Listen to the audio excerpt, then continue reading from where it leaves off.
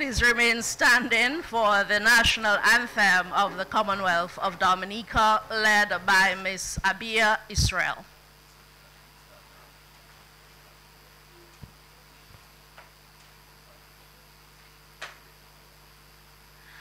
Isle of beauty, isle of splendor, isle to all so sweet and fair. All must surely gaze in wonder at thy gifts so rich and rare.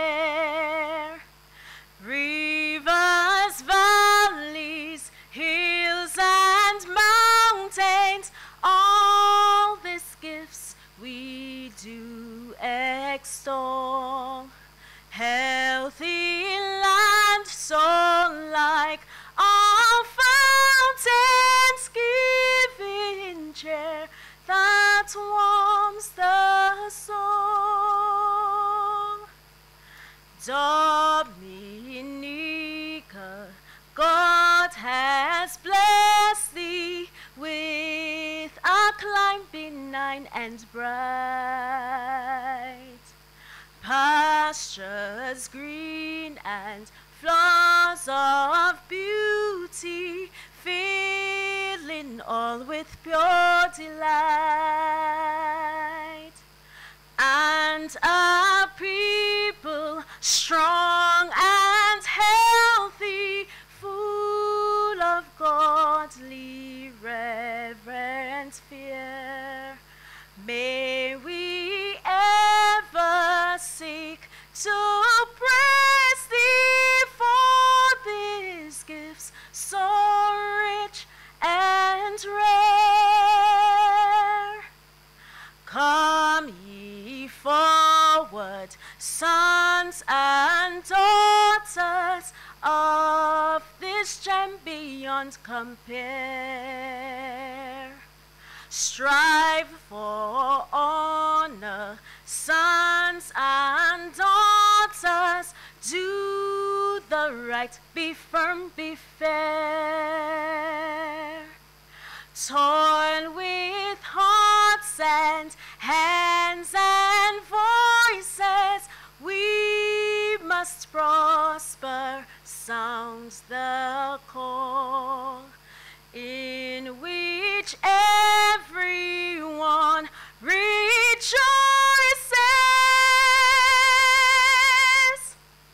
all for each and each for all.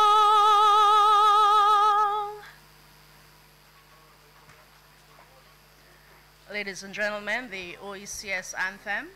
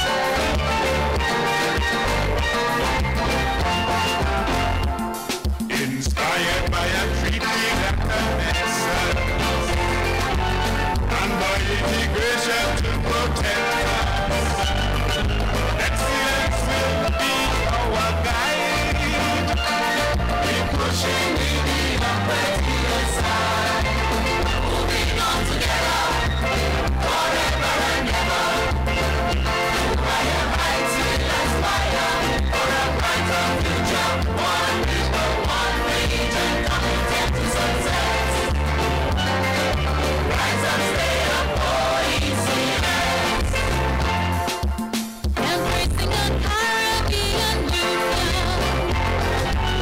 one vision and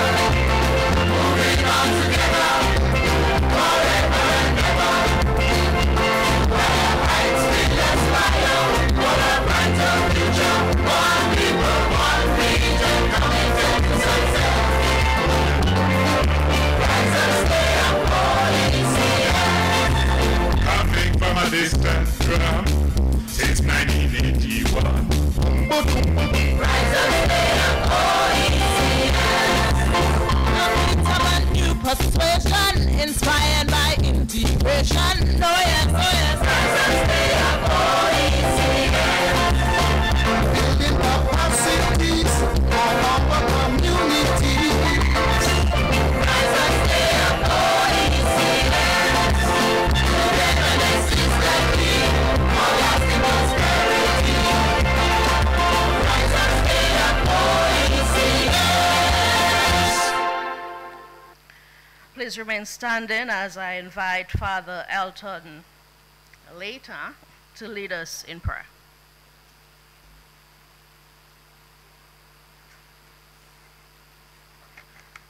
Let us pray. The Proverbs of Solomon, son of David, king of Israel, for gaining wisdom and instruction, for understanding words of insight, for receiving instruction in prudent behavior, doing what is right and just and fair, for giving prudence to those who are simple, knowledge and discretion to the young. Let the wise listen and add to their learning, and let the discerning get guidance, for understanding proverbs and parables, the sayings and riddles of the wise. The fear of the Lord is the beginning of knowledge, but fools despise wisdom and understanding. Out in the open wisdom calls aloud. She raises her voice in the public square. On top of the wall she cries out. At the city gates she makes her speech. Let us pray. Heavenly Father, we gather today as servants of education, seeking your wisdom, guidance, and grace for this important meeting. Grant us clarity in our discussions, open hearts to diverse perspectives, a spirit of unity in our decisions, and action to our visions. May the plans we make and the actions we take serve to build up the students, teachers, and communities entrusted to our care. We make this prayer for the greater good and for your glory. In Jesus' name we pray. Amen. Please be seated. Our thanks to Father Elton John Later for leading us in the invocation, and Miss Abia Israel before him, who led us in the national anthem. At this point, we move on to the procession of flags as we welcome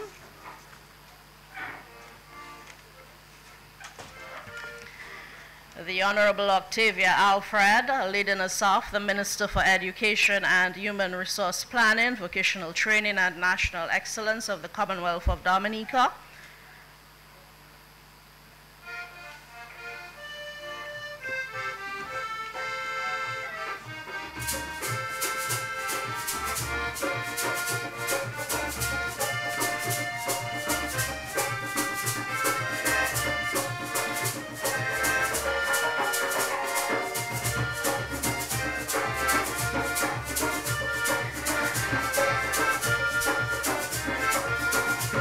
Antigua and Barbuda.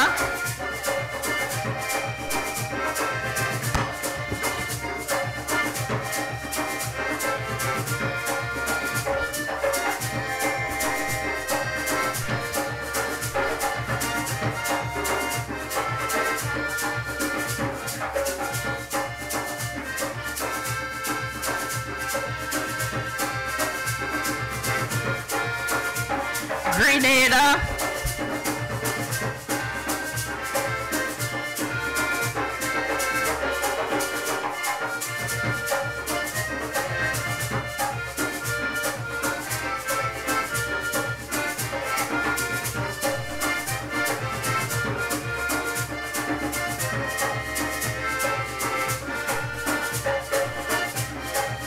Montserrat.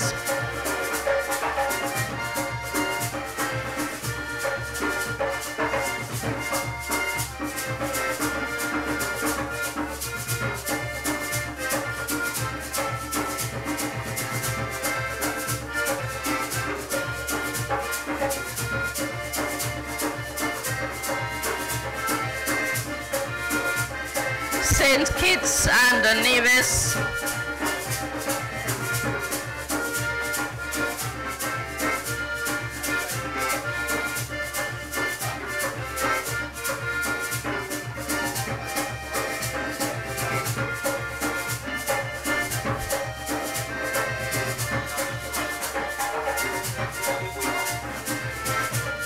St. Lucia,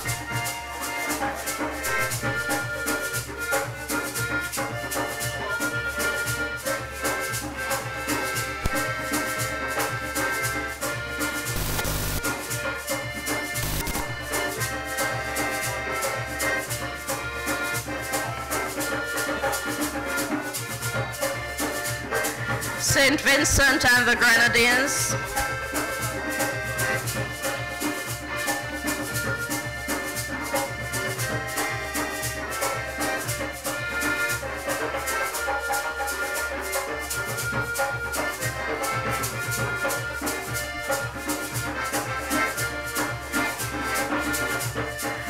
the British Virgin Islands,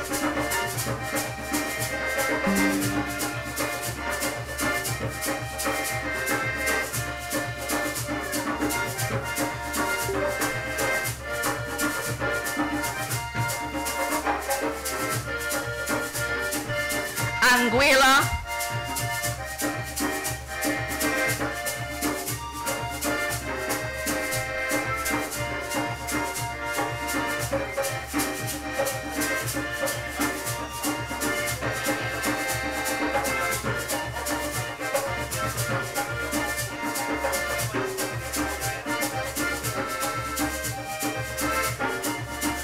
Martinique,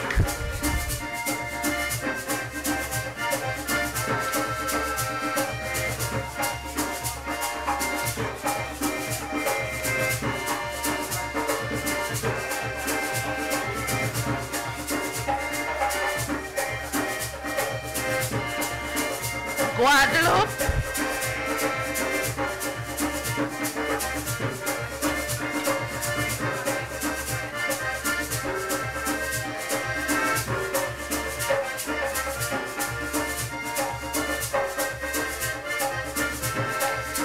Saint Martin,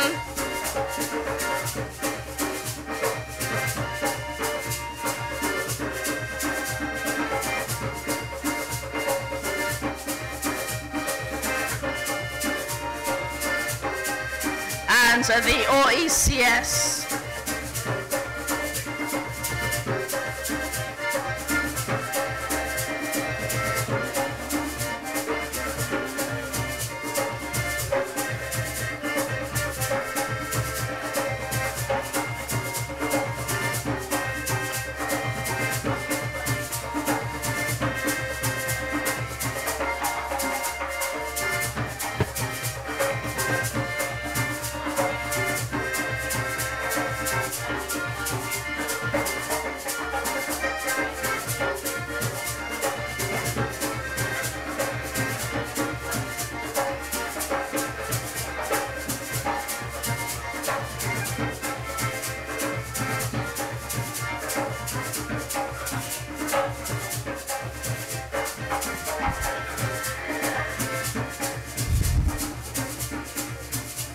Thank you to our musicians for that wonderful accompaniment. Thank you to our students. Welcome everyone to the 10th Council of Ministers of Education meeting here at the State House Conference Center in Roseau, Dominica. Let me acknowledge the Honorable Roosevelt Scarrett, Prime Minister of the Commonwealth of Dominica, Honorable Octavia Alfred, Minister for Education and Human Resource Planning, Vocational Training and National Excellence, and incoming chair. Other members, honorable members of the Cabinet of Dominica, Honorable Dr. Geoffrey Ian Hanley, Deputy Prime Minister and Minister of Education, Youth Empowerment, Housing and Human Settlement, Ecclesiastical and Faith-Based Affairs, Social Development, Gender Affairs, Aging and Disabilities of St. Kitts and Nevis, and outgoing chair. Honorable Daryl Matthew, Minister for Education, Sports and the Creative Arts in Antigua and Barbuda. Senator the Honorable David Andrew, Minister for Education, Youth, Sports and Culture of Grenada. Welcome. Honorable Shelia Webster Rogers, Minister for Social Development of Anguilla. Honorable Dr. Ingrid Bofong, Minister of Education, Health, Social Services and Youth Affairs of Montserrat. She'll be joining us virtually. Honorable Curtis King, Minister of Education and National Reconciliation of St. Vincent and the Grenadines. He also will be joining virtually. Dr. Pauline Prosper, Permanent Secretary in the Ministry of Education, Sustainable Development, Innovation, Science, Technology, and Vocational Training, representing Honorable Sean Andre Edward of St. Lucia.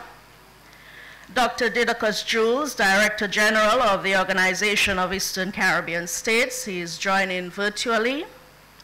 Mr. Robert Gist, Permanent Secretary in the Ministry of Education and Human Resource Planning, Vocational Training and National Excellence of Dominica. Other permanent secretaries who have joined us this morning. Dr. Jeffrey Blaise, Chief Education Officer. Other Chief Education Officers from the region or the Directors of Education. Development Partners. Ms. Sisra Simon, Head of the Human and Social Division, OECS Commission. Staff of the OECS Commission here in Dominica for this meeting. Visiting dignitaries, I see we also have with us Miss OECS 2025, Kiana Dyer. Students, distinguished guests, members of the media, ladies and gentlemen, once again, welcome to the 10th Council of Ministers of Education meeting. It is my honor to welcome you here, and of course this year's meeting, as with every year, takes special significance because Dominica's Minister for Education, Human Resource Planning, Vocational Training, and National Excellence, Honorable Octavia Alfred, assumes the role of Chair of the Council. Over the next 2 days, ministers and education leaders from across the OECS will engage in an important dialogue to advance the OECS Education Sector Strategy 2012-2026. They will focus on deepening partnerships and building a more resilient and equitable future for learners across our sub-region. So to officially start us off with speeches and presentations, I would like to welcome Mr. Robert Gist, who is the Permanent Secretary in the Ministry of Education, Dominica, to deliver welcome remarks. Yes. Thank you, Madam Chair. Honorable Roosevelt Skerrit, the Prime Minister of the Commonwealth of Dominica. Honorable Octavia Alfred, Minister for Education, Human Resource Planning, Vocational Training and National Excellence, and the incoming Chair. Other honorable members of Cabinet, Honorable Dr. Geoffrey Ian Hanley, Deputy Prime Minister, Minister of Education, Youth Empowerment, Housing and Human Settlement, Ecclesiastical and Faith-Based Affairs, Social Development, Gender Affairs, Aging and Disabilities of St. Kitts and Nevis, and the outgoing Chair. Honorable Darrell Matthew, Minister for Education, Sports and the Creative Arts in Antigua and Barbuda. Senator the Honorable David Andrew, Minister for Education, Youth, Sports and Culture with responsibility for education of Grenada. Honorable Shelia Webster Rogers, Minister for Social Development of Antigua. Honorable Dr. Ingrid Bofong, Minister of Education, Health, Social Services and Youth Affairs of Montserrat, who's joining us virtually. And the Honorable Curtis King, also joining virtually, Minister of Education and National Reconciliation of St. Vincent and the Grenadines. Dr. Pauline Prosper, Permanent Secretary in the Ministry of Education, Sustainable Development, Innovation, Science, Technology, and Vocational Training, and representing the Honorable Sean Andre Edward, Minister for Education, Sustainable Development, Innovation, Science, Technology, and Vocational Training in St. Lucia.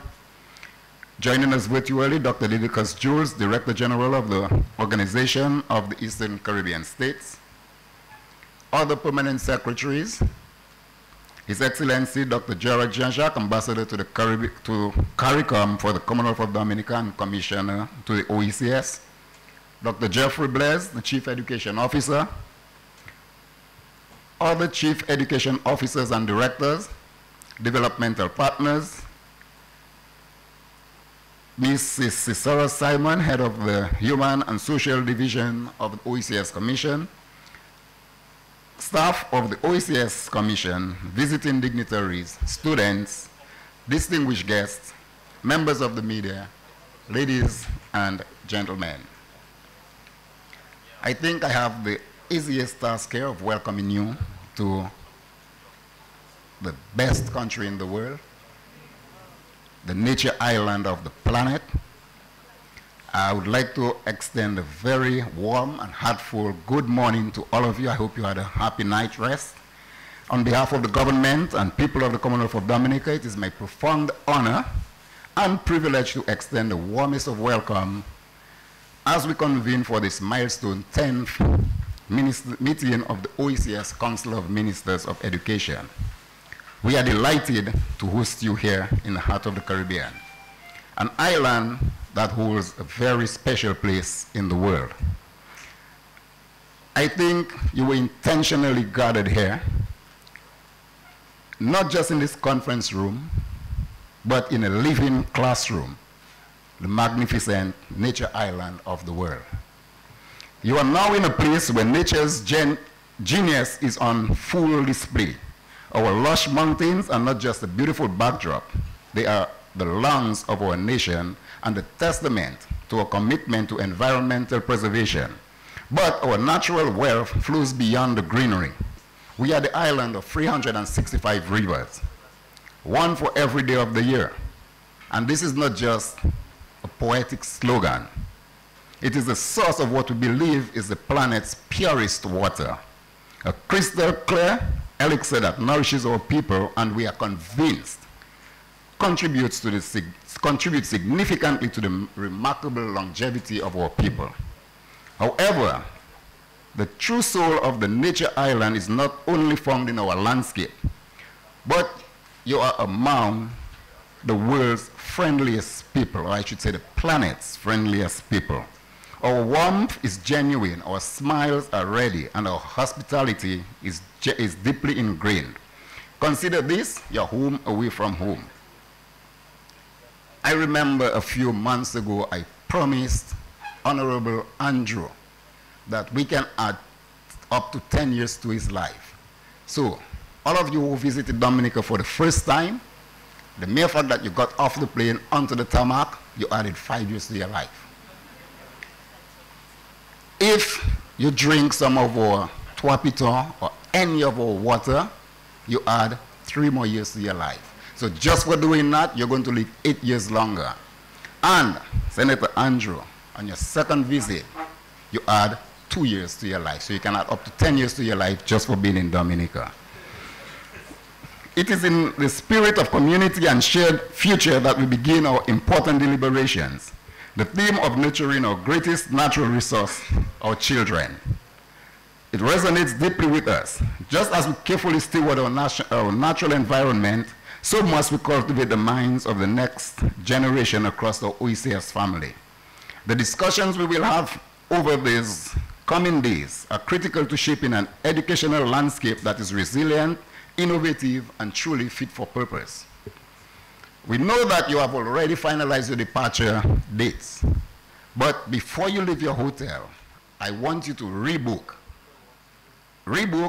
your rooms, the same rooms that you have, and ask them to reserve that room from October 20th to October 27th. You are going to come in on the 20th. You're going to spend 20th, 21st, 22nd, 23rd enjoying Dominica's culture. Then on the 24th, October 24th, 2025, we are inviting you to Dominica's World Creole Music Festival, the biggest festival. 3 nights of pulsating rhythm, 3 nights that you cannot miss. If you have missed the first 24 years, be here for 25 in 25. Book that date, Mark it off on your calendar. Imagine trading your conference badges for dancing shoes and experiencing those 3 nights of pulsating rhythm under the Caribbean stars. It is more than a concert. It is a cultural immersion, a celebration of cultural heritage that echoes through your soul. You will never forget that, 25 in 25. It is an experience that will leave your spirit as full as your heart. So consider this your formal invitation. Finish your vital work here. Then come back and let Dominica show you how we celebrate. So, distinguished delegates, once again, welcome. May our discussions be fruitful, our collaboration strong, and your stay with us memorable. Thank you.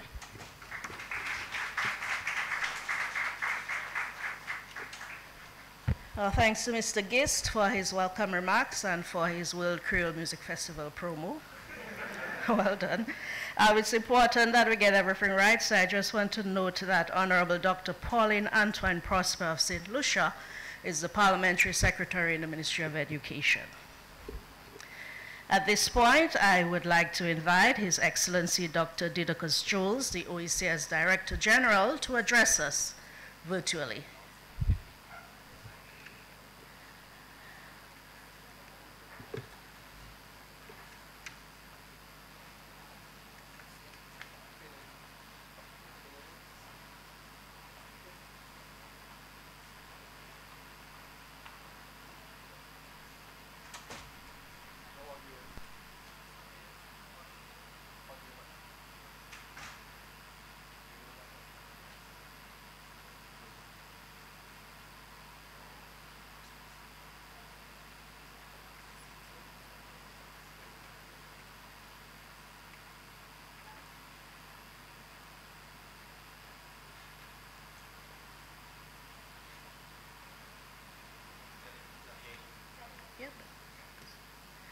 Dr. Jules, we're unable to hear. Please check if it's on your end. Or give us a minute to get it organized on our end.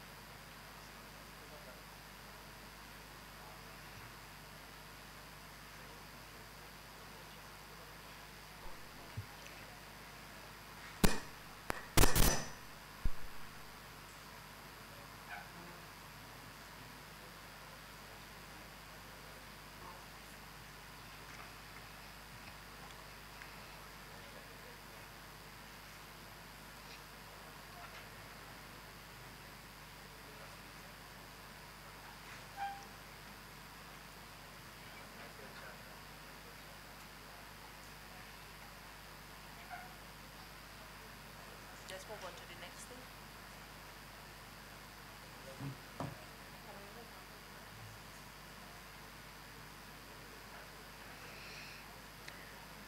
If the Convent High School Sign Language Club is ready and eager to go, we'll take that now, and Dr. Jules will come back to you when we're done with the CHS Sign Language Club, who are here to do a performance.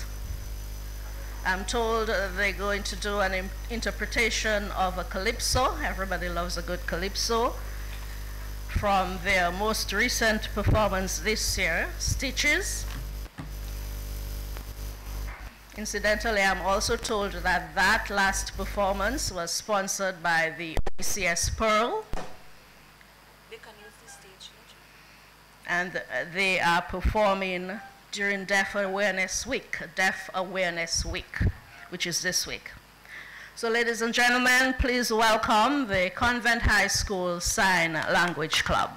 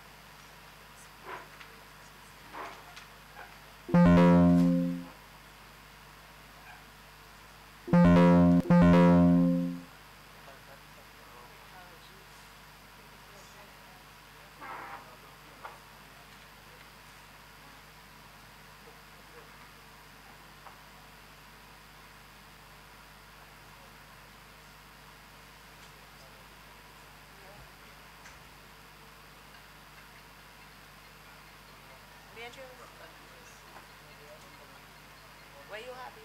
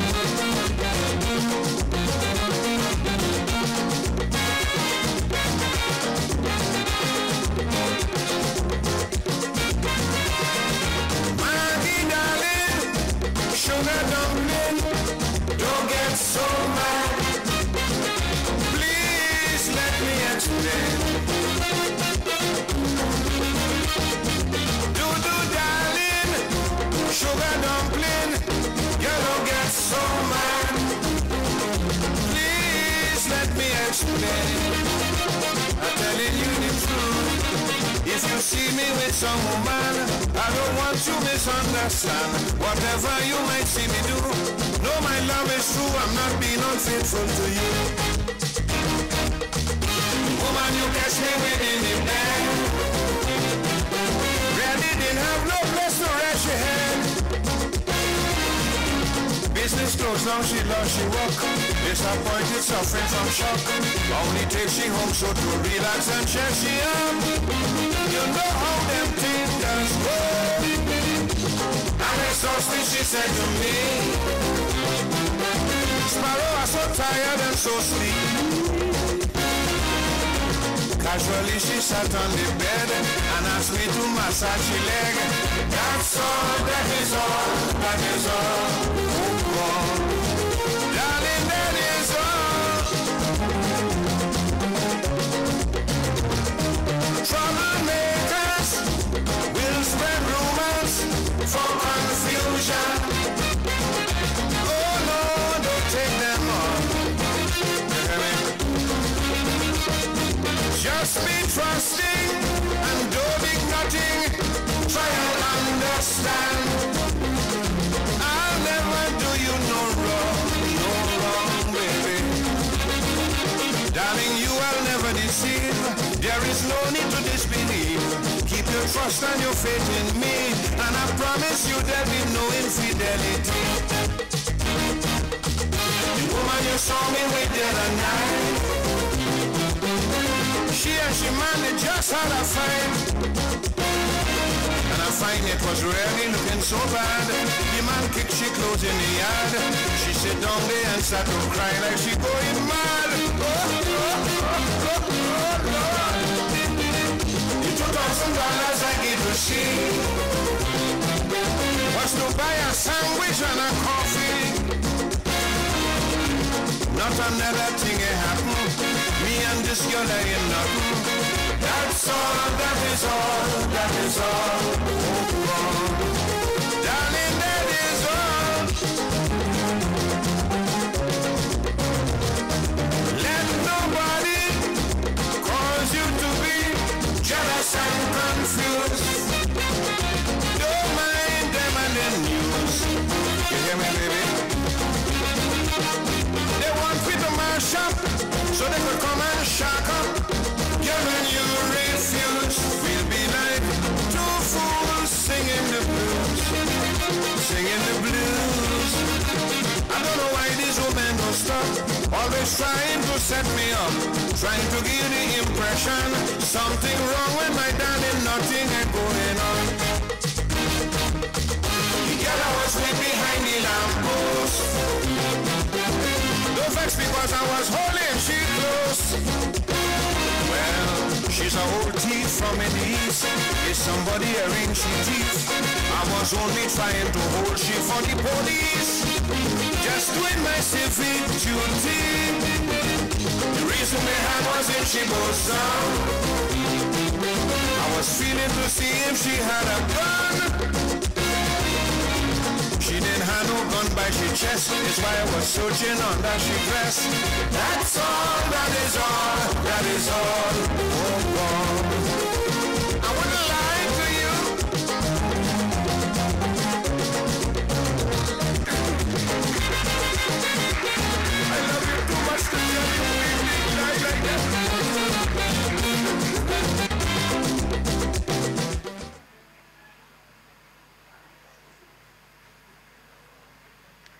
Well, thanks to the Convent High School, Umoha sign language segment of their club with a presentation of a Sparrow Classic. You quite enjoyed that, didn't you? Yes, we're ready now for His Excellency, Dr. Didacus Jules, the OECS Director General.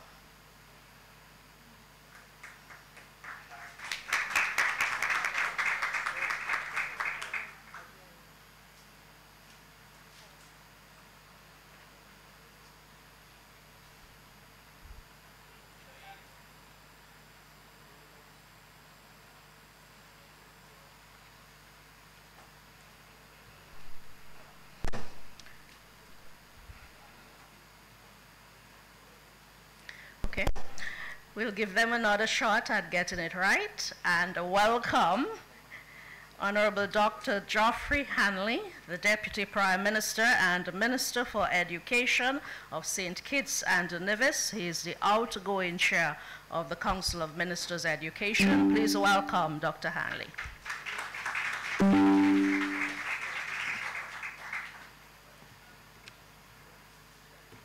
Thank you very much, Madam Chair. And I too want to commend the CHS for such an amazing performance this morning. Thank you. With the acceptance of the protocol, save and accept to recognize Honorable Roosevelt Skerrit, the Prime Minister of the Commonwealth of Dominica, incoming Chair Honorable Octavia Alfred, Minister of Education and Human Resource Planning, Vocational Training and National Excellence.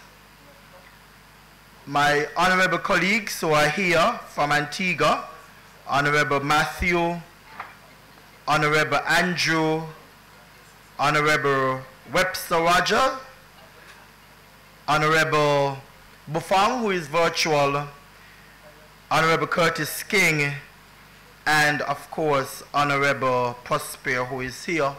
Dr. Didacus Jules, the Permanent Secretary, who welcomed us earlier. All of our distinguished guests, and Dr. Didacus Jules and the entire OECS team, all educators, whatever role you're hearing this morning, a very pleasant good morning. Good morning. I'm a teacher by profession as well. It is with profound honor and humility that I address you today at the opening of the 10th Council of Ministers Education meeting. As the outgoing chair, I am deeply grateful for the opportunity to have served in this capacity and to have worked alongside such a committed and visionary cohort of leaders dedicated to the advancement of education across the OECS region.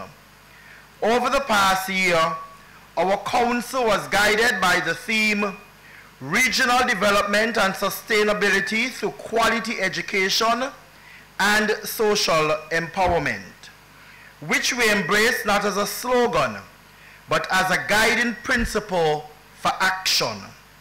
During that period, we made significant strides in promoting inclusive, equitable, and resilient education systems. Together, we explored the intersections of education with health, social protection, and economic development, recognizing that our children's future depend on our ability to collaborate across sectors and borders.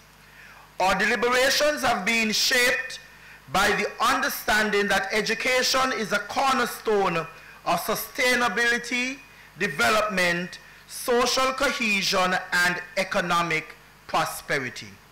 Among our notable achievements in the incremental advancement of the OECS digital learning ecosystem, a transformative initiative aimed at modernizing teaching, learning, and assessment across member states.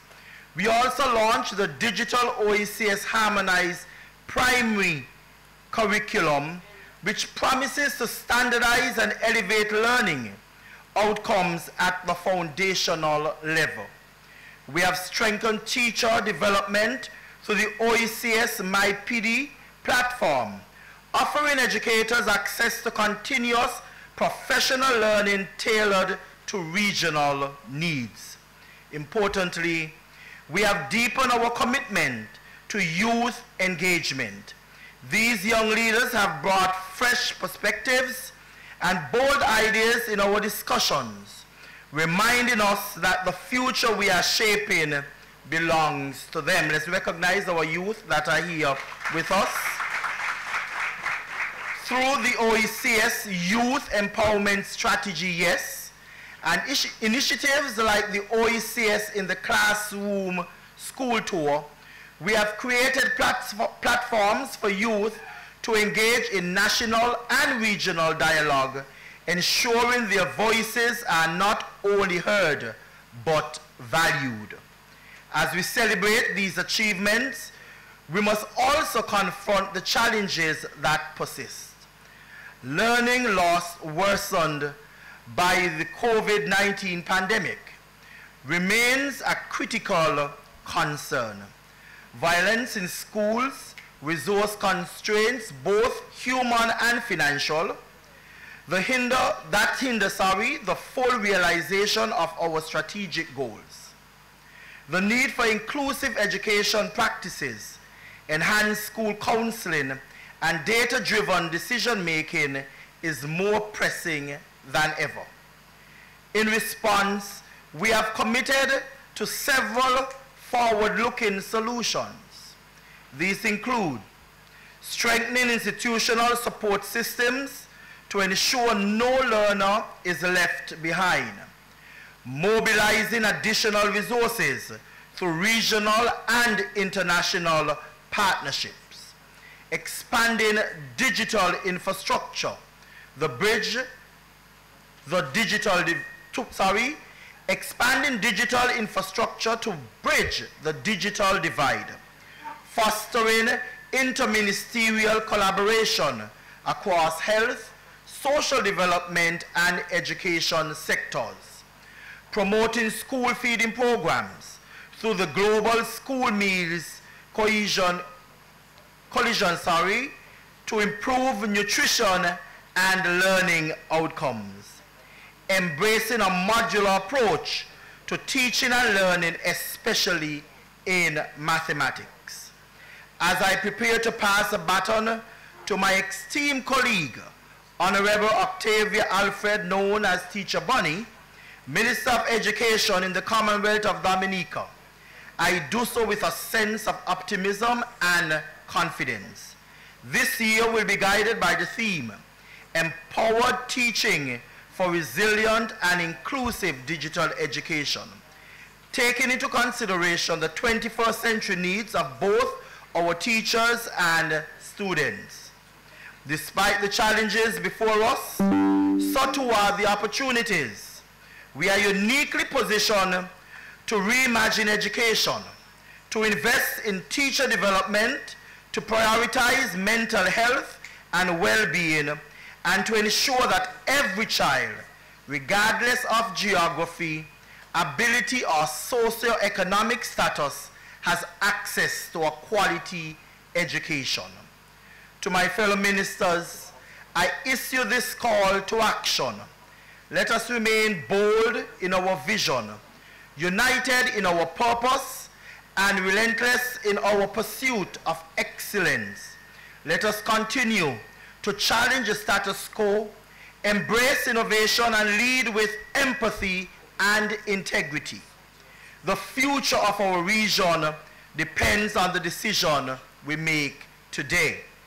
I wish to express my deepest appreciation to OECS Commission, whose technical expertise and unwavering support have been instrumental in facilitating our work.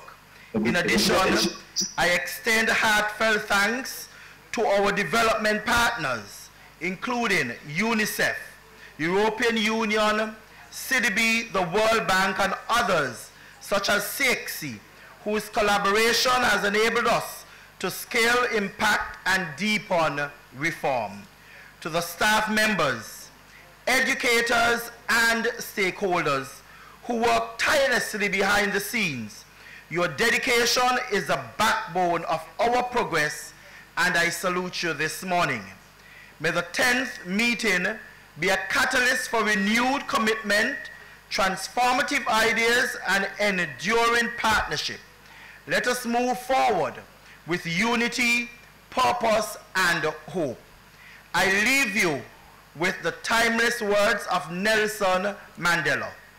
Education is the most powerful weapon which you can use to change the world. Thank you, and may God continue to bless the Commonwealth of Dominica.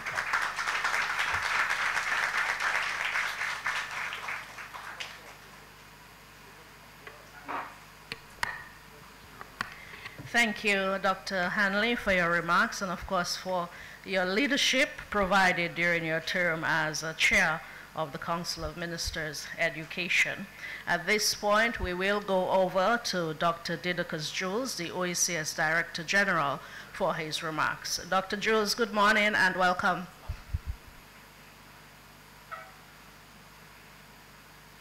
Good morning, can you hear me? Yes, sir, we can hear you. Okay, great.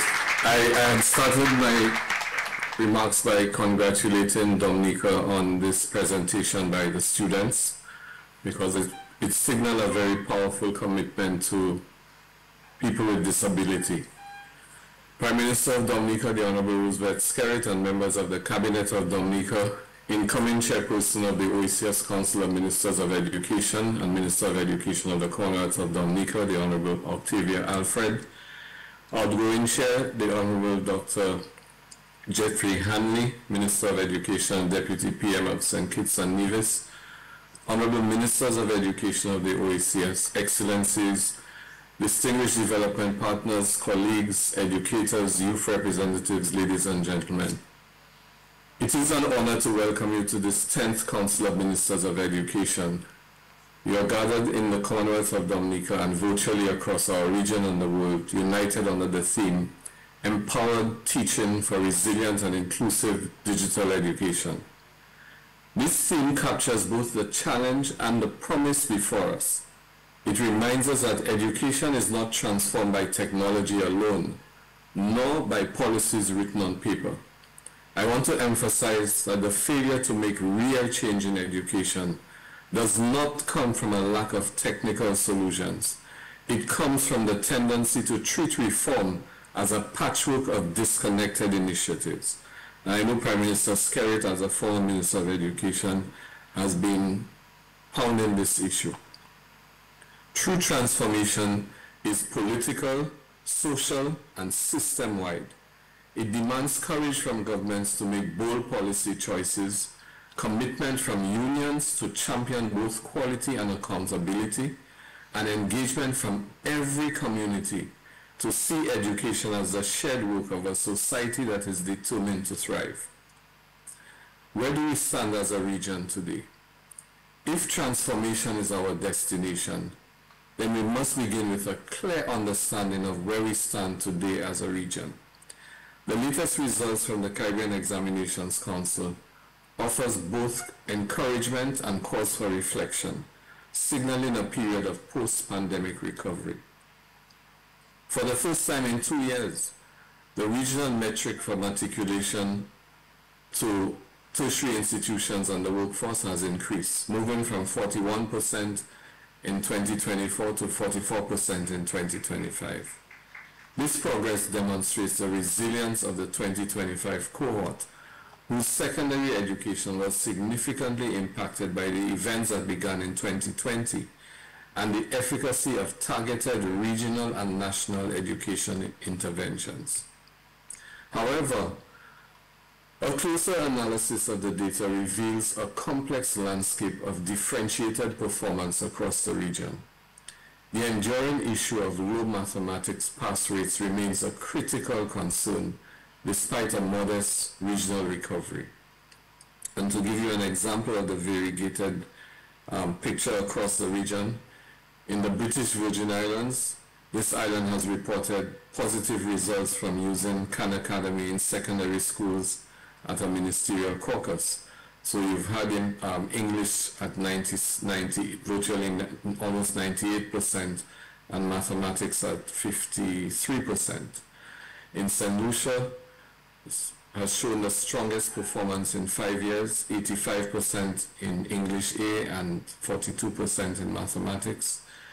In Antigua and Barbuda, strong performance in English A, 86%, but weak performance in mathematics at 32%. In Montserrat, English A results showing a dramatic increase, while mathematics pass rates decline sharply. English at mathematics at 81% and mathematics at 41%. And St. Vincent and the Grenadines with a strong performance in English at 85%, but mathematics experiencing a sharp decline. The consistent disparity between English A and mathematics performance suggests a deeper structural issue. The problem is not with student aptitude as evidenced by the high English pass rates, but rather with the methods and the resources allocated for delivering numeracy and problem-solving skills. But the strong performance in new generation subjects such as green engineering, animation, and game design indicates a shift in student interest and a growing alignment with the skills demanded by the modern economy. This trend suggests that a strategic move towards more exciting, challenging, and future-oriented curriculum could be a powerful tool for driving overall academic success and economic relevance across the region. Some might even be tempted to call for a more vocational curriculum, but let's be cautious, because it is not about simplistically being hands-on, but about the excitement of learning, and importantly recognizing that the future of all vocations requires stronger foundational competencies in language, maths, and science, STEAM in short. We meet at a defining moment. The OECS today is not only responding to the turbulence of climate change, pandemics, and economic uncertainty. We are deliberately shaping the future by investing in a resilient, inclusive, and now this is not simply about adapting to change. It is about leading it. The decisions we take now will determine whether our children inherit systems that are outdated or whether they are prepared to thrive in a world of constant transformation. So what have we done and where do we go from here? One, evidence-driven reform, the student census. To answer where we go from here, we must ground our decisions in evidence. That is why the OECS has taken a bold step for the first time in our history, and by the research we've done, it is the first time anywhere in the world that this is being done, to capture the voices not of samples, but of all our learners through the regional student census. And this is to be followed by a similar census of all teachers, as well as the largest demographic of parents that we can reach. So covering approximately 100,000 primary and secondary students across the OECS, this is the largest educational listening exercise ever undertaken in the Eastern Caribbean. And as I said, our research reveals that nowhere else has a total national and regional population census of student opinion been done anywhere before. This is more than data collection. It is about giving voice to key stakeholders. It is about grounding our reforms in evidence, not assumptions. It is about ensuring that the policies we design respond to the lived realities of our children, their teachers, and their communities. From the micro-pilot that we did of this initiative, we learned that our primary students want better facilities, engaging activities, and greater access to technology. Our secondary students are calling for safer schools, improved science labs, better infrastructure, and teachers who are passionate, skilled, and engaging. These voices must guide our reforms. The second thing is innovation in curricula, the digitized, harmonized primary curriculum. These insights remind us that the curriculum cannot be theoretical. It must respond to the needs and the aspirations of our learners. Therefore, we are rewriting the DNA of our learning systems. The digitized, harmonized primary curriculum is a bold step into the future, ensuring that every child, whether in Dominica or in Wheeler, is taught through a modernized, relevant, skills-focused, and digitally accessible curriculum. This curriculum is designed to create equity, nurture critical thinking, and prepare learners with the skills and resilience needed for our current era. The third is the digital learning economy, because the curriculum alone is not enough. To truly transform education, we must also reimagine the ecosystem that delivers it. And the digital learning ecosystem represents our most ambitious leap forward. We are designing a regional digital education economy where platforms, content, teacher training, education management systems are interconnected, interoperable, and scalable.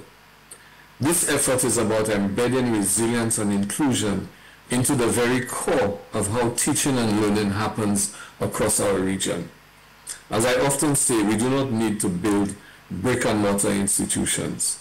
The digital learning ecosystem is what will drive the transformation of education. The fourth thing is empowering the teaching profession. Digital transformation cannot succeed without human transformation. Teachers remain the heartbeat of education. Digitization is merely a tool, but the human element forever remains integral. And that is why we must move urgently to professionalize the teaching service. The time has come for us to establish national or regional teaching councils that elevate teaching to a profession of high standards, continuous learning, and prestige. Now, colleagues, this is not a technical option. It is a moral imperative. It is a targeted investment. If we expect teachers to prepare our children for the future, then we must prepare the teaching profession itself for the demands of this new era. I therefore urge every member state, every Ministry of Education, every teachers union, and every stakeholder to summon the will to move decisively in this direction. Empowering the teaching profession is not the responsibility of teachers alone or ministries alone. It requires the full weight of government policy, union partnership, and societal respect. Let us be clear. Empowered teaching is not a slogan. It is the very foundation on which resilient and inclusive digital education will stand. It is in this spirit that the agenda for this meeting has been carefully crafted. Over the next 2 days, ministers will focus on 4 essential fronts that connect directly to this vision. 1, transforming our education systems in alignment with the refreshed OECS education sector strategy. 2, scaling up the OECS digital learning ecosystem, ensuring equity in access and opportunity. 3, deepening strategic collaboration with regional and international partners. And 4thly, facilitating structured sharing of innovations and best practices so that the success of one becomes the strength of all. These priorities give us direction, but they will mean little without decisive action. We must not mistakenly believe that digitizing everything is the panacea for our education challenges.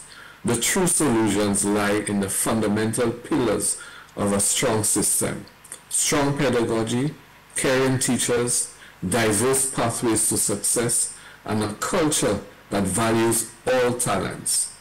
Without these foundational elements, technology is merely a distraction and not a genuine solution. So colleagues, this is not about fixing yesterday's problems. It is about preparing our children for a tomorrow that we cannot fully predict. To borrow the words of Alvin Toffler, and I quote, "The illiterate of the 21st century will not be those who cannot read and write, but those who cannot learn, unlearn, and relearn." End of quote. The progress made this year, though modest, demonstrates that a combination of resilience, data-driven policy, strategic investment, and regional collaboration can create a more robust and equitable education system for the next generation of Caribbean students. On behalf of the OECS Commission, I extend profound thanks to the government and people of Dominica for hosting this historic 10th sit-in. Let us commit to being bold, fearless, and future-focused so that the decisions we take echo in every classroom, in every island, and in the lives of every learner across our region. I thank you.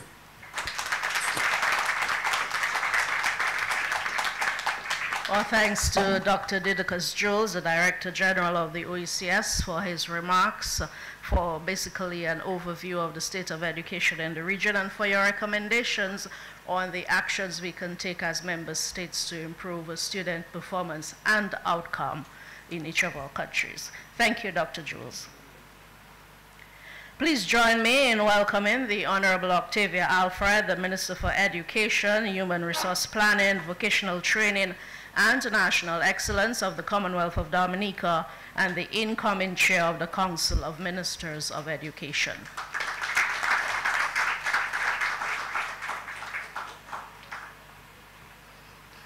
Good morning, everybody.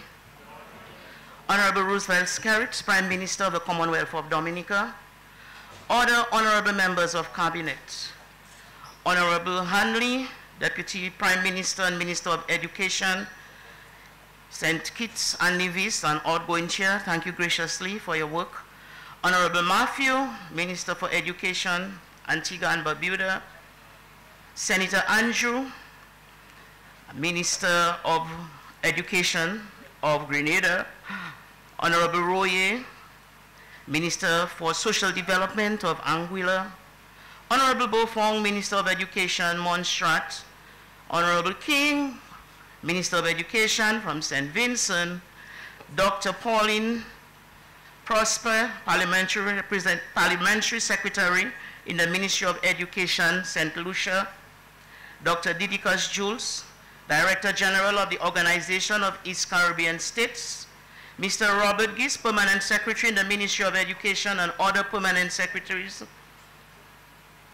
Dr. Jeffrey Blaise, Chief Education Officer, other officers from the Ministry of Education, reigning Miss OECS Developmental Partners, Miss Simon, Head of the Human and Social Division of the OECS Commission, staff of the OECS Commission, visiting dignitaries, development partners, students, distinguished guests, the media, everybody in the room, good morning.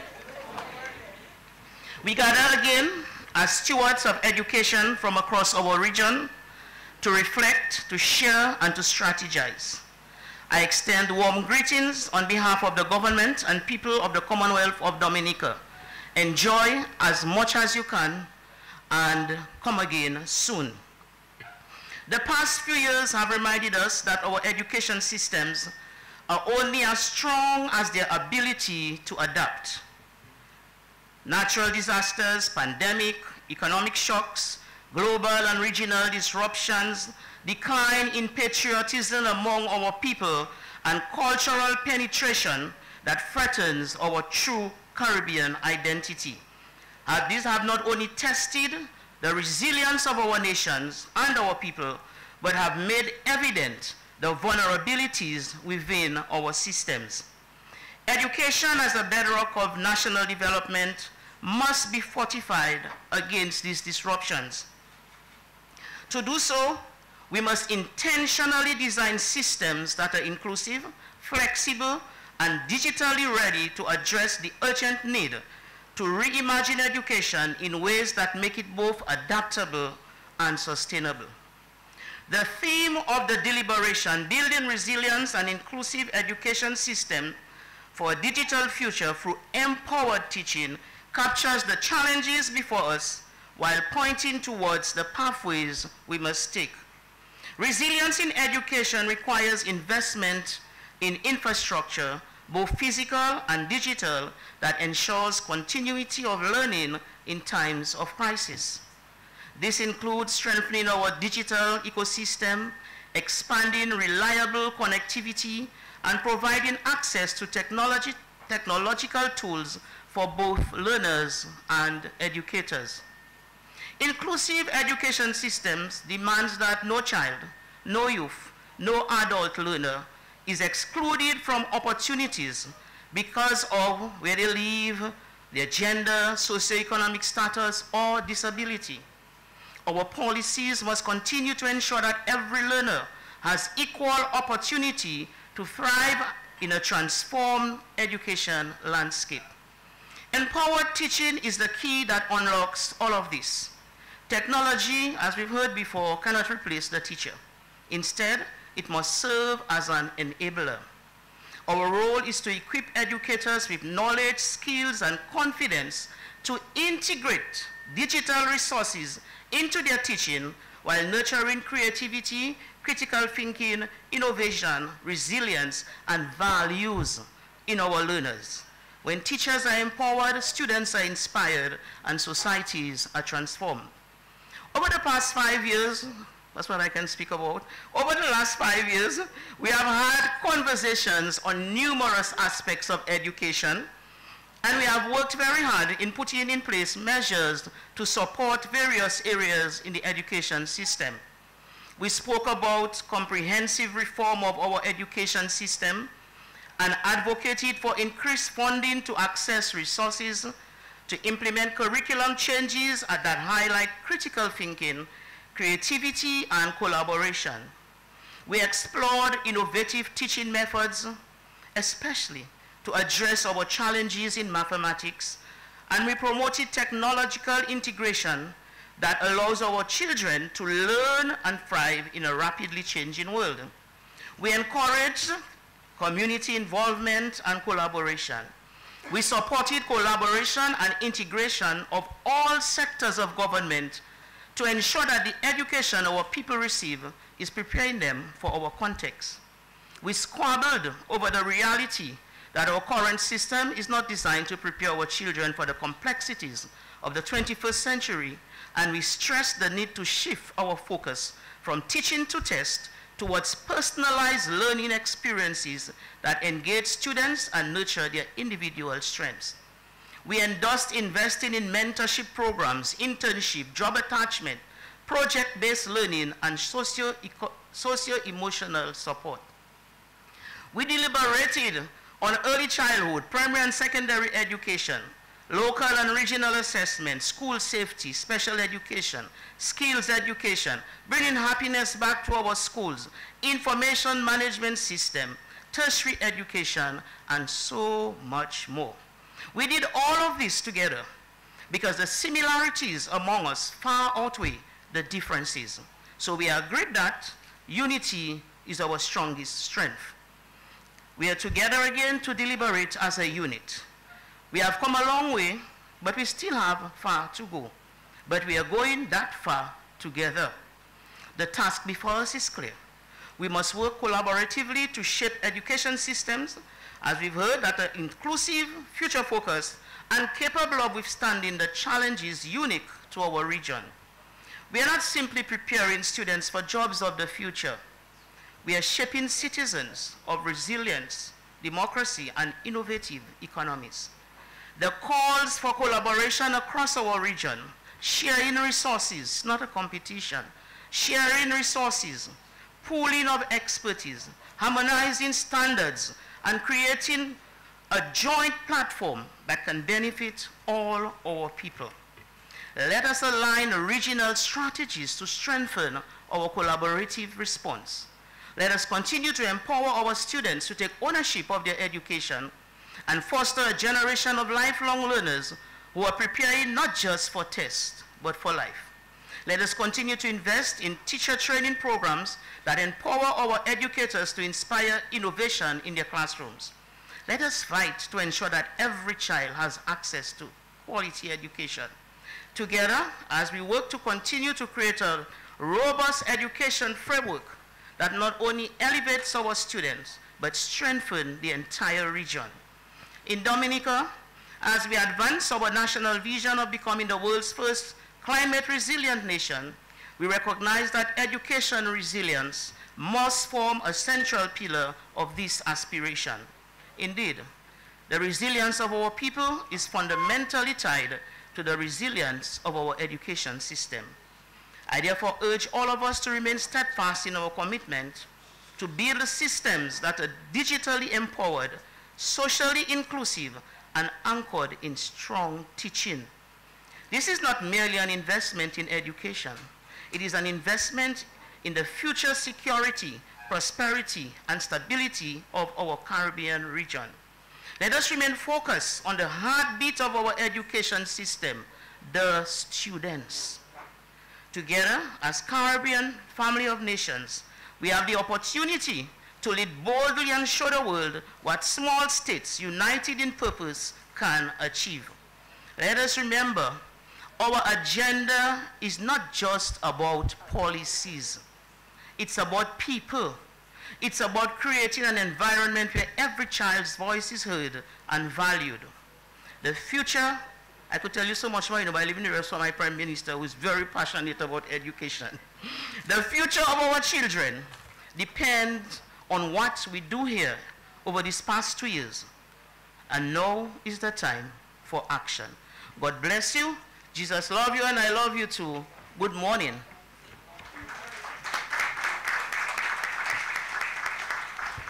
Thank you to the Honorable Minister for Education of Dominica, and of course we look forward to your leadership over the next year as chair of this council. Ladies and gentlemen, the Honorable Roosevelt Scarrett, Prime Minister and Minister for Investment and Governance, will now deliver the feature address. Please welcome the Prime Minister.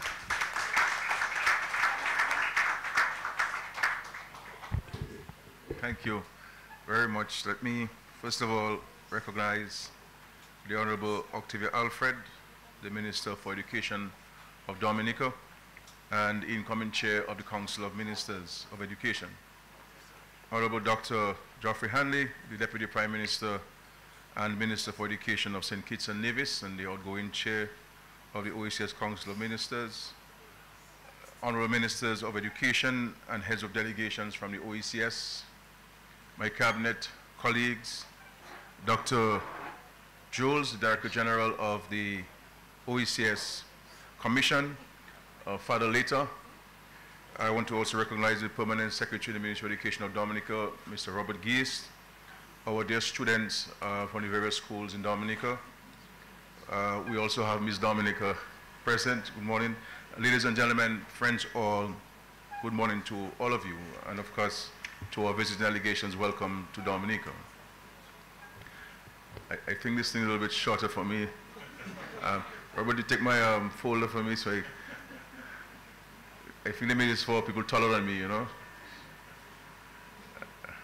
That's me. That's the folder. Some people put something under their feet for height, you know, I had to put this one.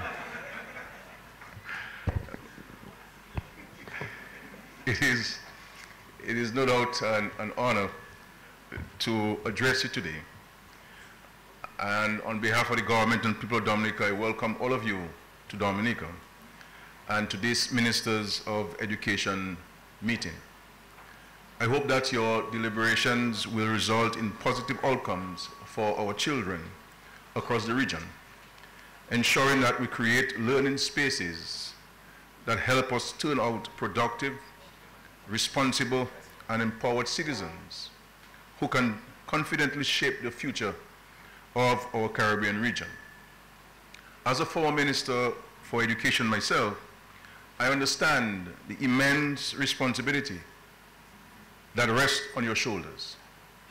As ministers, you have the responsibility of shaping character, instilling values, and equipping our children with the resilience and creativity to thrive in a world that is changing faster than any of us could imagine.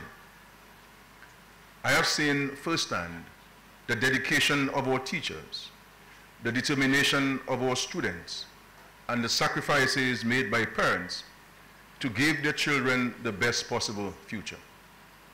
These efforts deserve our full support, and they demand that we, as policymakers, think boldly and act decisively.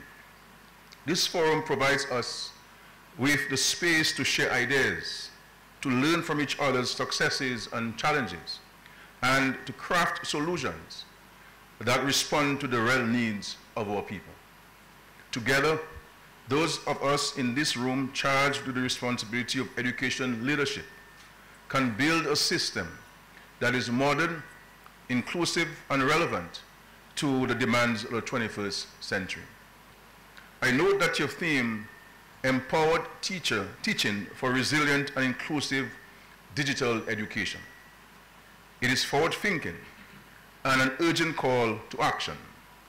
It recognizes that in a world of rapid technological shifts and climate vulnerabilities, our education system cannot simply be updated, they must be transformed.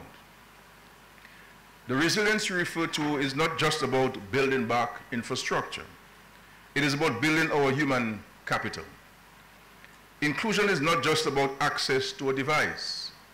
It is about ensuring that every single child, regardless of circumstance, can thrive in a digital society. And at the center of this transformation, as your theme rightly states, is the empowered teacher. We believe that before a student can be resilient, the teacher must be.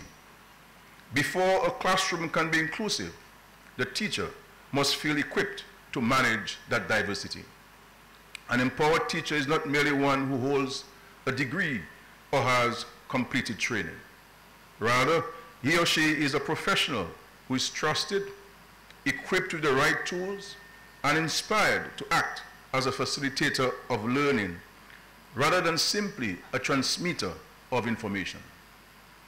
This empowerment comes from ongoing opportunities to upgrade their skills, particularly through professional development programs that focus on digital pedagogy, differentiated instruction, and socio-emotional learning. And I believe this speaks to the heart of what we've been talking about for so many years, education reform. And you are fortunate as ministers to have the opportunity now to be the leaders in the transformation and the reform that we need in this Caribbean today. This is a global imperative. This is a regional emergency that we have to dramatically address the structural and systemic challenges of education. Yes, we've addressed access to education. Yes, we're addressing the issue of inclusivity. Yes, we've addressed in large extent the issue of teacher training. But there must be a paradigm shift. There must be a paradigm shift, or else the society will reap what we're sowing in the education system. And I don't want anybody to take what I'm saying personally, because that's what sometimes happens when we speak about those things. This is about us, and it's about the future of our children and the future of our society. We have to equip our children with what they need today to live in this very difficult world. Our system cannot be seen to only be preoccupied with preparing students for examinations. And if you ask me, I think there has to also be a serious structural change at the CXA Examination Council. By simply adding subjects as subjects to be taken at examination level at the CXA is not a positive movement. We have taken, for example, physical education, where when I went to school, it was about sports, it was about running, it was about playing, and now it is an exam. And instead of the child doing jumping jacks, we have multiple choice to determine what is jumping jacks. And what do we have? We have obesity in the classroom. We have diabetes, we have hypertension among young children. So yes, students will get the wonderful A's. But how is that child able to use those A's if he or she is not well physically, emotionally, and psychologically? And the students are screaming for change. Parents are screaming for change. And so we have a critical core of the society who understands that there has to be a change. And the change should not be, as Dr. Jones quite rightly said, should not be to add things to the system. The system has to have a serious bypass surgery, and maybe triple bypass surgery, in order for us to achieve the desired objectives. I have been, sometimes I feel like I'm the lone person in the wilderness calling for this. But it is a tremendous emergency that we need to have. And we must resist the temptation. We must resist the temptation of simply accepting monies from people to implement programs in our school system if they're not aligned to what we want. These resources that we receive, they come with a prescription, and we follow that prescription. But that prescription is not aligned to what we need in our system. So yes, we may have spent millions, but to whose benefit? And if it's not going to benefit the students and the teachers, then it's not good for the system. It's not going to benefit the society and the economy, it's not good for the system. So we have to make challenges. Those challenges we speak about are not only present in the OECS, they're global. When you go to Commonwealth Ministers of Education meeting, we hear of those challenges. You go to CARICOM Ministers of Education meeting or COSHA, whatever it is, we hear about those challenges. So these are global challenges. The world has changed. The world has changed. And yes, when we speak about CXC results, which is the barometer of how well the system is doing, if you spend time and to examine the CXC results, then we're in a crisis situation. Because as educators, we should never be preoccupied with who have gotten 100%. We must be preoccupied with who hasn't gotten to the 50% mark. Because that is what it means when we say no child should be left behind. The notion of no child should be left behind, that doesn't mean that every child will have a space at the classroom. Yes, that is important. But the no child left behind means that every child has the ability to learn, and we have to ensure that we give this child the tools and equip them with the resources and the tuition to learn and succeed. We all know that they're different learners. The Lord has given everybody different talents, and psychology tells us there are 7 different types of learners. How do we prepare, how do we, in our tuition, provide for the different type of learners? We can't only watch those who have gotten the 15 ones or the 10 ones at CXC. What about those who didn't get 1 or 2 passes at CXC? Where are they? And what is going to be the impact in the society? And so, my friends, it's a golden opportunity. I believe that we have the political will in the region. I think it's a matter for us to stop looking at ourselves and look at the future of our country and see, what do we want for this country? What do we want for our children? And so we have to work together towards working it. And I think at the OECS, because we've had a long history and tradition of functional cooperation, I believe we can do it by ourselves. We don't need the rest of the world, because we have to start a journey. I think the OECS is better placed to show the rest of the world, to show the rest of the Caribbean region, that we can transform the education system and make it better, more responsive to our people. I was trying to stick to my prepared text because I don't want to be too long on this matter. But on this matter, I prefer to speak off the script and to sound this alarm. Education reform. And we need to define it. And it's not just about the curriculum. And when we talk about maths, part of the challenge we have with maths is that we're not training enough math teachers. Secondly, we have diluted the time that we ascribe to teaching of maths and English language at the schools, because we've added everything. Things that are supposed to be the core of the school system, whether it's art, whether it's music, whether it's dancing, whether it's physical education, we've now taken them and make them subjects. So we have to find the time within the 8-to-1 period to have the tuition for this. So maths, in my days at secondary school, I would have taught English every single day, and twice a week, double period. Today, maybe if you have a double period a week, you're lucky. Same as math. We're not putting enough time in the math, and we're not putting enough time in the core subjects at the preschool level, at the primary school level, because if we do not have proper tuition of math at the preschool and primary school level, we cannot expect to have different results at the secondary and tertiary levels. And these things require dramatic reform. It's not about fiddling with anything. It's about dramatic reform. Having a system that we, in a dispassionate manner, examine and remove what we do not need and add what is missing. Examinations. Why is it in the 21st century that our examinations are largely written examinations?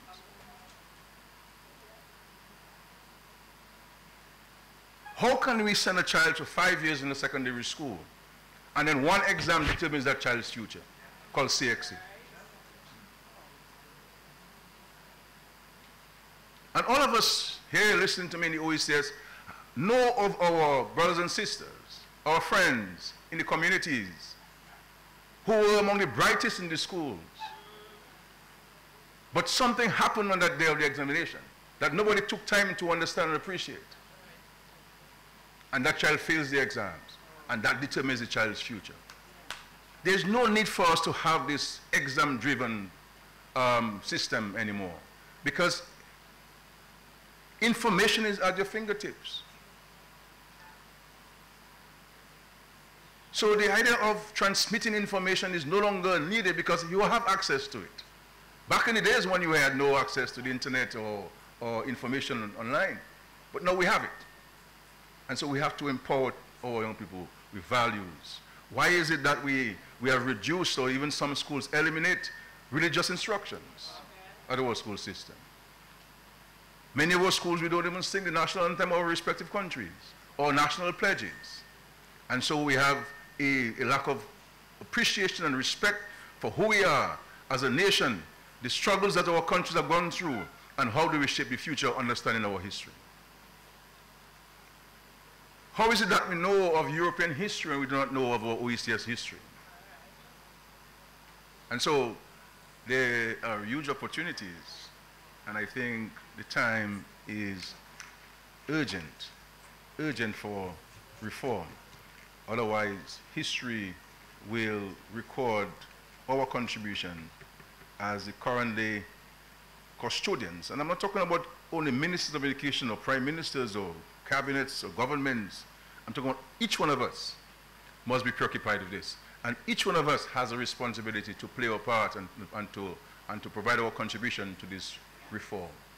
And we will see how beneficial it is to our children and to our society.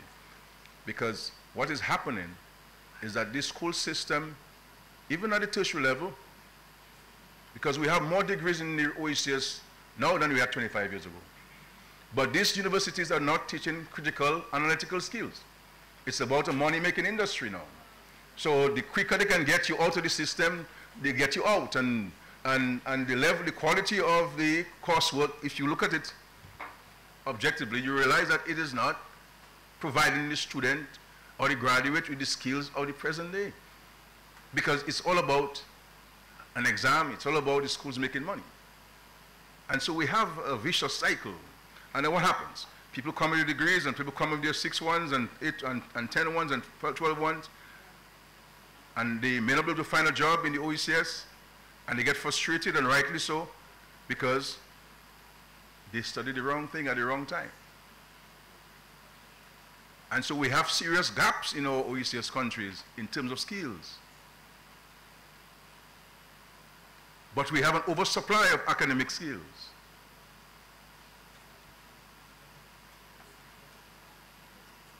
We have a challenge. But we all know the solution to it, and that is important.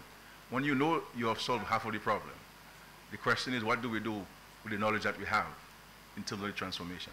I wish you so much success in your discussions today, and I look forward to the outcomes and possibly a roadmap to education reform in a dramatic way in the OECS, so that we can spend the next couple of years of our lives, implementing that reform and to ensure that our societies are in a much better place than we would have inherited it and pass it on to succeeding generations. God bless all of you and your countries and the OECS. Thank you very much.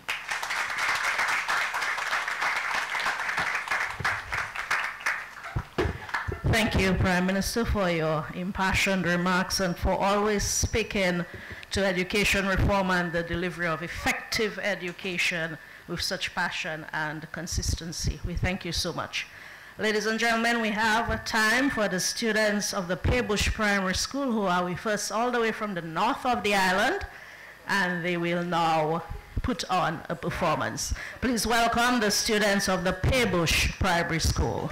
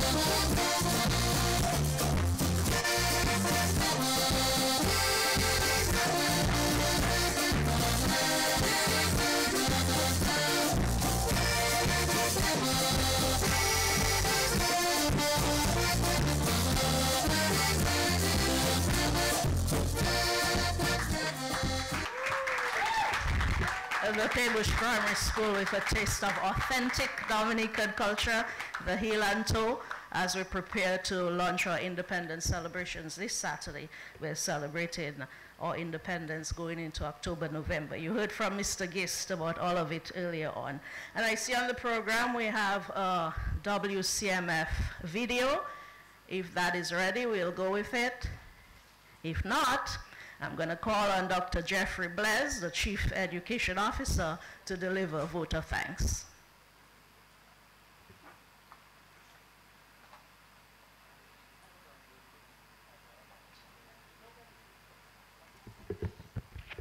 I guess it was not ready.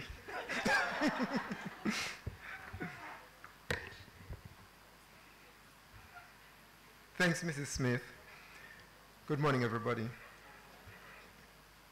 In expressing gratitude, we should be aware that the highest form of appreciation is not mere utterance, but the actions which succeed it. Today we aim not simply to utter words, but also to demonstrate with our actions that the education of our students remain the most important element of human development in the region.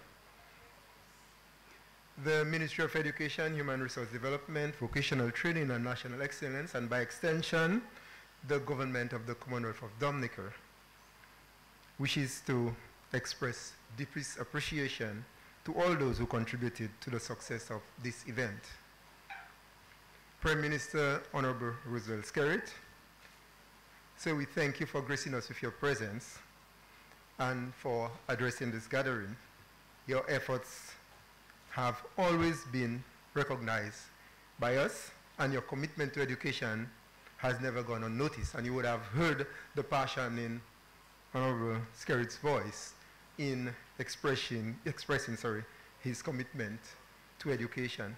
Thank you, sir, for being here. Honorable Octavia Alfred, Minister for Education and incoming Chair of the Council of Ministers of Education of the OECS. We are profoundly thankful for your stewardship to the Ministry of Education in Dominica and for your continued enthusiasm in matters of education. Honorable Alfred is like an Energizer bunny in education. She's always at it. Thank you, Honorable Alfred, for this. I want to also thank other honorable members of the Cabinet of Dominica for support and for the presence today. Let me thank Honorable Dr. Geoffrey Ian Hanley, who is the Deputy Prime Minister and Minister for Education in St. Kitts and Nevis, for inspiring remarks. And also, we want to thank him for his past chairmanship to the Council of Ministers of Education in the OECS. Thank you, sir, for excellent work. We appreciate your contribution to education. We sincerely thank all other ministers of education in participating member states of the OECS. And we thank you not only for choosing Dominica as the host country for this event, but also for your continued commitment to education. I know the deliberations in the next 2 days, today and tomorrow, will be very beneficial to member states. Thank you for your presence here today. The Director General of the OECS, Dr. Jules, joining us online. We appreciate his leadership and passion for education. You could have heard it in his voice as well. I want to recognize the head of the Human and Social Development Division in the OECS, Mrs. Cicero Simon. Mrs. Simon, a colleague in education, thank you for your support. Thank you for your dedication. This has not gone unnoticed either. And in thanking Ms. Simon, I want to also thank the other members of the OECS Commission, the members of staff, who have been working closely with the Ministry of Education in coordinating this event for the next 2 days. The permanent secretaries in member states of the OECS, we thank you for your presence here. We also want to thank Mr. Gis, who is the permanent secretary in the Ministry of Education in Dominica. Mr. Gis, we appreciate your dedication to education and your celebration of Dominica and advocacy in that regard. Thank you for that. All chief education officers, chief technical officers, directors of education of participating member states, we know that the policy advice that have been provided over the years have assisted in shaping education development in the region. We thank those officers for your participation here today. We have quite a few regional and international partners joining us, both present physically and online. We have members, representatives from CARICOM, the Caribbean Development Bank, Caribbean Examinations Council, the Global Partnership for Education, the Eastern Caribbean Joint Board of Teacher Education, UEJBT, UNICEF. We have our UNESCO representatives, local Mrs. Hyacinth from Ola Hyacinth. World Bank representatives from KICS, Knowledge Innovation Exchange, that is, and any other partners, regional and international partners joining us. I know quite a few online as well. We thank you for your commitment to education in the region, for your strong technical expertise over the past years, and that has significantly assisted in shaping education development in the member states. His Excellency Dr. Gerard Jean-Jacques, Ambassador to CARICOM and for the Commonwealth of Dominica, and also he is the Commissioner to the OECS. We thank you for supporting education. We thank the heads of colleges and youth representatives who are here this morning for their presence. We also want to thank all our invited guests, not only physically present, but online. We have quite a few persons joining us online due to capacity issues, and we value their presence, online presence that is, as well as those joining us regionally, online that is.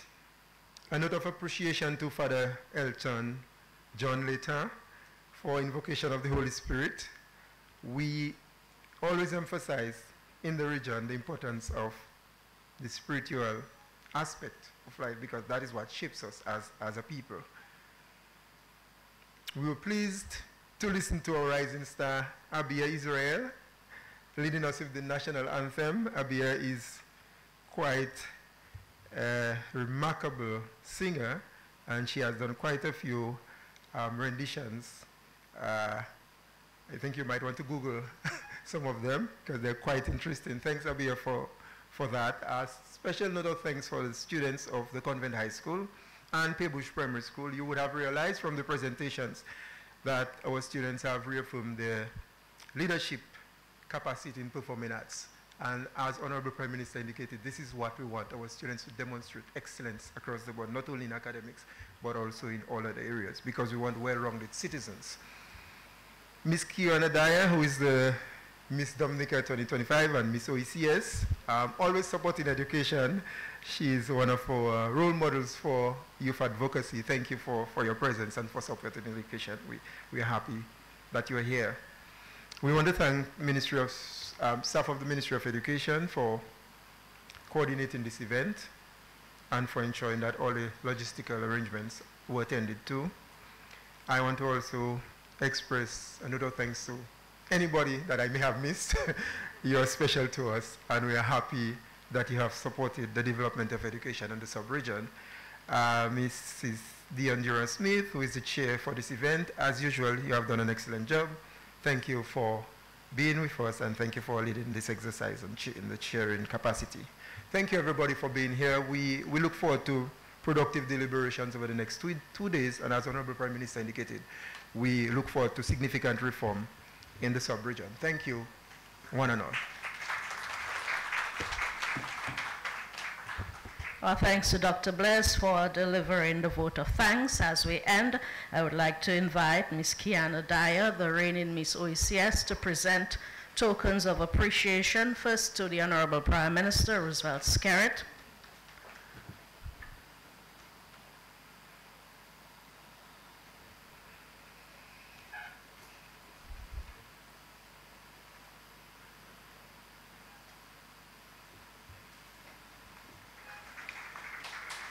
To the Honorable Dr. Geoffrey Hanley, Deputy Prime Minister and Minister for Education, St. Kitts, and outgoing Chair.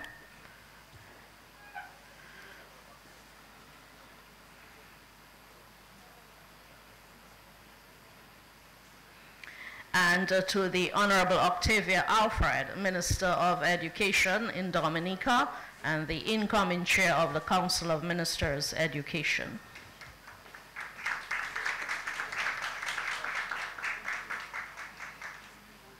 Well, thanks to Ms. Dyer. Ladies and gentlemen, ministers from around the region, delegates from our OECS territories, you will now continue with your closed sessions. We wish you a productive 2 days and the very best of your meeting. Students, performers, you're invited to refreshments on the balcony. Thank you everyone for being here. Good morning.